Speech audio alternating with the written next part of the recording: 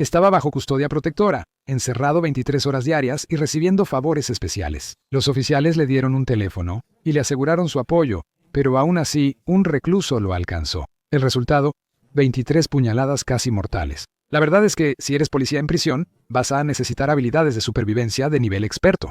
Y aún así, muchos aparecen muertos en sus celdas. Hoy, en The Infographic Show, revelamos qué les pasa realmente a los policías en prisión.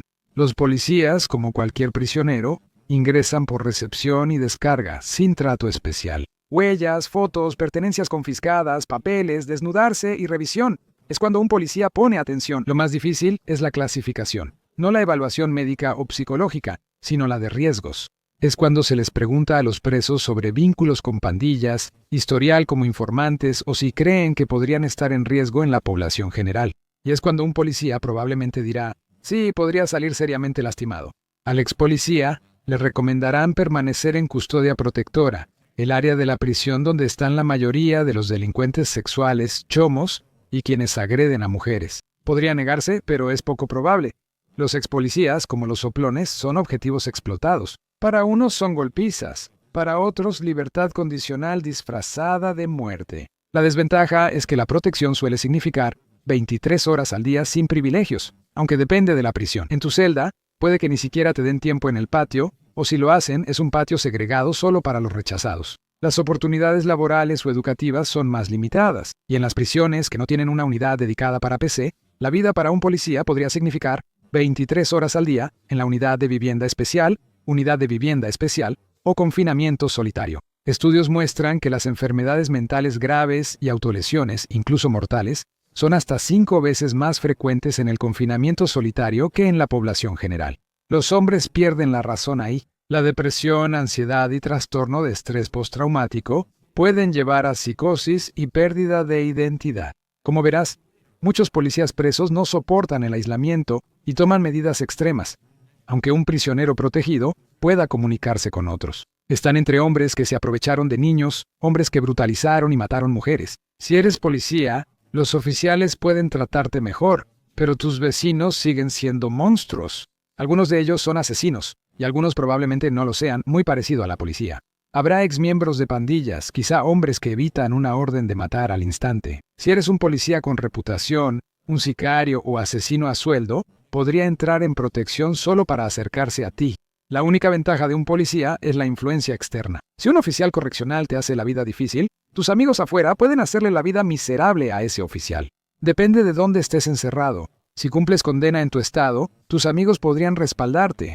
Pero también significa que existe una verdadera posibilidad de que algunas de las personas que arrestaste estén ahí contigo. Puedes intentar esconderte. Los oficiales incitan a los presos a atacar a otros y solo observan la violencia. No podrás ocultar tu identidad, y muchos pasan gran parte de su condena solos en su celda. En cuanto al ex policía del principio, su historia fue diferente. Todo el país conocía a Derek Chauvin, todo el país conocía su rostro. Él fue el hombre que se arrodilló sobre el cuello de George Floyd durante 9 minutos. Una acción que encendió al mundo. Era imposible que no lo reconocieran.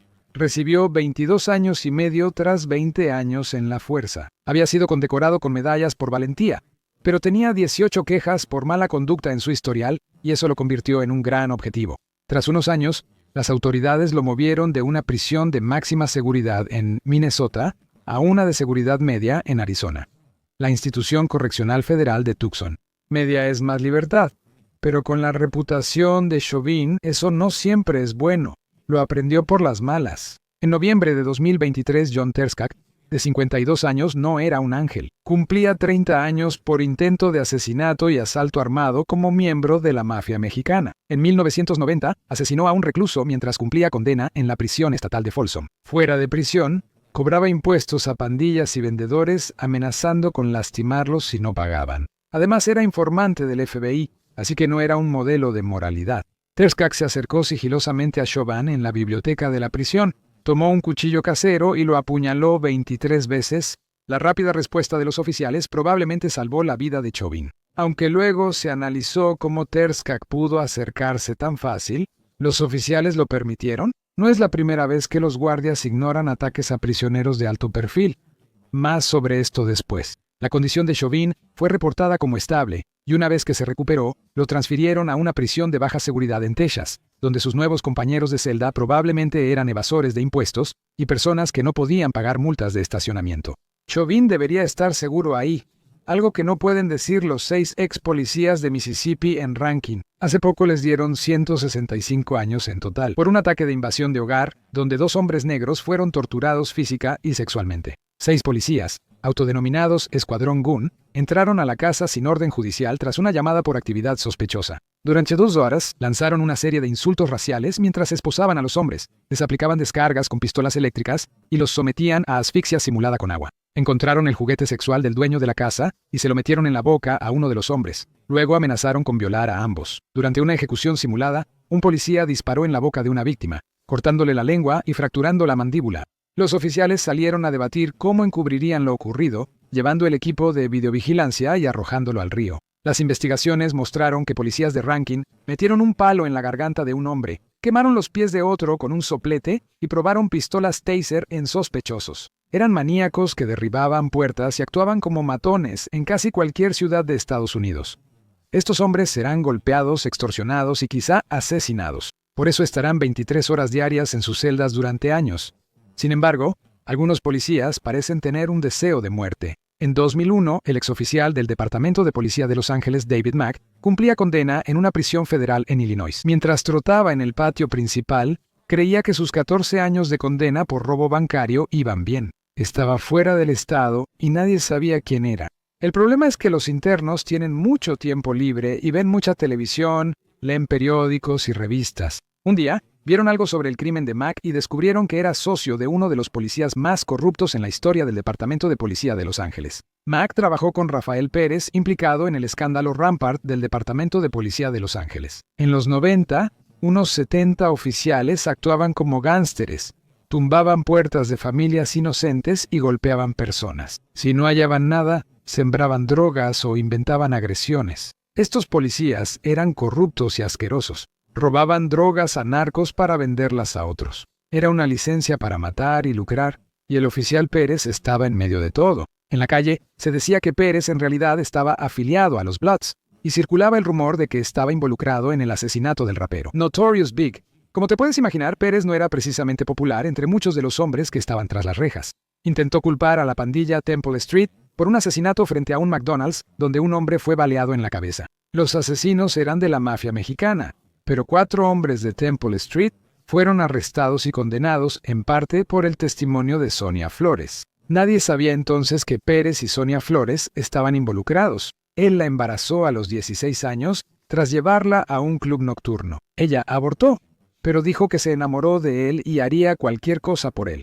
El oficial Mack, figura clave en el escándalo de Rampart, llevó la corrupción a otro nivel al planear un robo armado en el Bank of America. Escapó con $722,000, escondió el dinero y contó a algunos que al salir sería rico. Salió en 2010, pero no se sabe si está viviendo la buena vida. Un informante de la prisión afirmó que el dinero del robo era para pagar a alguien contratado para asesinar a Biggie y eliminar al ahora famoso Sean Combs, conocido como P. Diddy. La señora Flores testificó después que Pérez y Mack eran socios cuando derribaron la puerta de un narcotraficante. No estaban ahí para hacer arrestos. Mataron al narcotraficante y a su madre de un disparo. Según Flores, Mack y Pérez pusieron los cuerpos en la cajuela y los llevaron a Tijuana, donde los enterraron. Flores luego se retractó de su testimonio. Alrededor de 100 condenas se anularon solo con el testimonio de Pérez. Él delató a todos y no cumplió condena en prisión federal. Si lo hacía, difícilmente habría durado un mes sin ser apuñalado o colgado.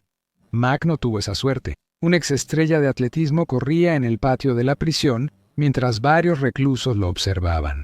Todos, enfurecidos por lo que Mack les hizo, lo atacaron con cuchillos y puños, apuñalándolo en el cuerpo y cuello. Mack solo estuvo 2 días en el hospital. Era muy valiente y lo enviaron de inmediato de regreso a la población general. Así es como funcionan las cosas en Estados Unidos. Si eres policía en prisión, pero si eres un policía de alto perfil, tal vez con información que podría meter en problemas a la gente, bueno, las cosas pueden ponerse muy feas. Te presento la historia de Titisan Joe Ferrari Utamphon, un policía tailandés, el superintendente de la estación de policía Muang Nakhon Sawan, en Tailandia. Ese trabajo suele pagar 40,000 baht mensuales, unos 1,200, pero como cualquier persona tailandesa te dirá, muchos policías no se preocupan por el sueldo. Para los corruptos, el dinero de verdad viene de los bonos. Con Myanmar al norte, Miles de millones de dólares en drogas fluyen a través de Tailandia. Aunque muchos policías tratan de detener el comercio, algunos reciben dinero por ignorarlo. Para Joe, la guerra contra las drogas lo hizo rico después de una de sus sesiones de tortura y extorsión a un narcotraficante en la estación de policía. Un oficial honesto consiguió la grabación de las cámaras de seguridad. Mostraba a Joe y 6 policías cubriendo la cabeza del sospechoso con bolsas y cinta mientras lo extorsionaban por 82.060 diario. Después de que los asesinos intentaron hacer pasar la muerte del hombre como una sobredosis, oficiales éticos trataron de que se investigara el caso. Se lo dijeron a sus superiores y cuando eso no funcionó, se lo dijeron a los medios locales, pero, inexplicablemente, aún así no pasó nada. Así que filtraron lo que era un video absolutamente impactante y dejaron que el público decidiera mientras el video se volvía viral. De no filtrarse, todo seguiría igual. Joe después dijo que lo sentía, que solo estaba tratando de ayudar al pueblo tailandés ganando la guerra contra las drogas. Nadie le creyó. Se convirtió en un gran escándalo. Joe era muy conocido por el público tailandés. Salía con la estrella de televisión Pichanak Maisakakorn, y ambos aparecían en todas las redes sociales antes de su arresto. Estaba casado con la hija de su jefe, actriz de televisión. Poseía 29 autos de lujo, Ferraris, Porsche, Bentley y Mercedes, y era una de solo 50 personas en el mundo que tenía un Lamborghini Aventador. Longplay, 720, aniversario, todo para un hombre con un salario de $1,200 al mes. En Tailandia, la policía vende bienes de lujo incautados a criminales y el gobierno recibe el dinero. El oficial recibe 20 centavos por dólar arrestado y los informantes otros 20 centavos, incentivando a los traficantes a delatar a su competencia. Joe incautó 368 vehículos y ganó 24 millones. La Oficina contra el Lavado de Dinero de Tailandia incautó su flota de vehículos, valuada en más de 2 millones. Además de su mansión de 18 millones, le incautaron un condominio de lujo y 20 millones en efectivo de sus casas. Joe no era un alto mando policial, solo tenía un puesto intermedio, lo que generó dudas. ¿Enviaba riquezas hacia arriba? Le conmutaron la cadena perpetua, pero el escándalo generó una gran investigación por corrupción. El excomisionado de Derechos Humanos de Tailandia afirmó que este caso era solo la punta del iceberg. Así sucede en el sistema de justicia tailandés, dijo al Nation. Las prisiones suelen tener celdas llenas de hombres. Joe fue puesto en confinamiento solitario tras ser trasladado por el comandante de la prisión, supuestamente por su seguridad. Otras fuentes dicen que él estaba paranoico, temía que la gente quisiera matarlo, así que pidió que lo trasladaran. Más tarde, según la versión oficial, lo hallaron muerto en su celda. Él decidió no seguir viviendo, pero su familia y muchos contactos en redes sociales sospechaban. Su familia lo visitó ese día y comentó que parecía bien. Los peritos forenses indicaron que las lesiones coincidían con un ahorcamiento autoinfligido usando tela y sin heridas defensivas. El público seguía escéptico. La sangre en la celda parecía de mordidas de hormiga y las cámaras no mostraron a nadie entrando. No obstante, Thai PBS News informó que él pidió salir del confinamiento solitario y volver a la población general. Pero eso fue rechazado. Alguien de Tailandia lo escribió en el foro Panti. La verdad sobre este asunto no saldrá a la luz en 2025. El abogado de Joe y su familia seguían sin creer la versión oficial y continuarían investigando. En prisión, si alguien quiere matarte y disimularlo, pueden hacerlo fácilmente porque no tienes protección. Cuando ex policías mueren, suele haber sospechas, pero no tanto con Anthony Orban. En 2010, este ex marine y policía secuestró a una joven mesera en su auto tras sacarle un arma en un estacionamiento. La llevaron por la ciudad, le hicieron cosas horribles y luego la soltaron. Orban fue arrestado tras el asalto, pero en el estrado intentó declararse no culpable por locura. Dijo que tras la guerra de Irak nunca volvió a estar bien mentalmente y culpó al Zoloft de alucinaciones y desmayos. Las 8 margaritas y 2 jarras de cerveza explican su pérdida de memoria. Estaba tan ebrio que olvidó su arma en el auto de ella y terminó en prisión, aunque no por mucho. En la cárcel, mientras cumplía cadena perpetua, fue hallado inconsciente en su celda. Autoridades descartaron juego sucio. Prefirió la salida fácil antes que enfrentarse a la población general o vivir aislado el resto de su vida.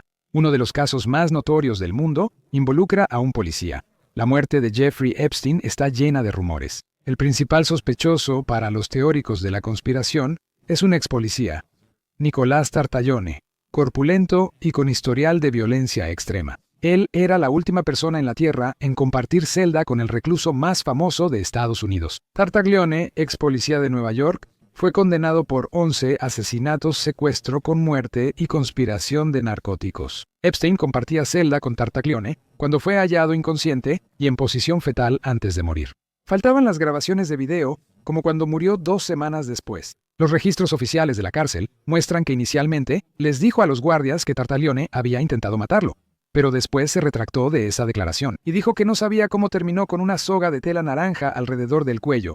Tartaglione afirmó que tenía puestos los audífonos y luego vio a Epstein desmayado. Registros indican que Epstein aseguró al personal que no se haría daño y tenía planes a futuro. Tartaglione actualmente está cumpliendo 4 cadenas perpetuas. En 2025, los informes de noticias dijeron que estaba buscando un indulto, alegando que lo habían incriminado. Como su excompañero de celda, quién sabe cuánto durará Tartaglione en prisión. Ha dicho que ha sufrido varios intentos de asesinato, quedando con lesiones permanentes y una placa en la cabeza. Para los policías, la vida en prisión es distinta sin importar su rango. Con suerte, pasan desapercibidos y salen bien. La mayoría de las veces, se vuelven blancos ambulantes que los presos no quieren dejar escapar. Descubre qué ocurre en las primeras 24 horas en prisión o haz clic en este video.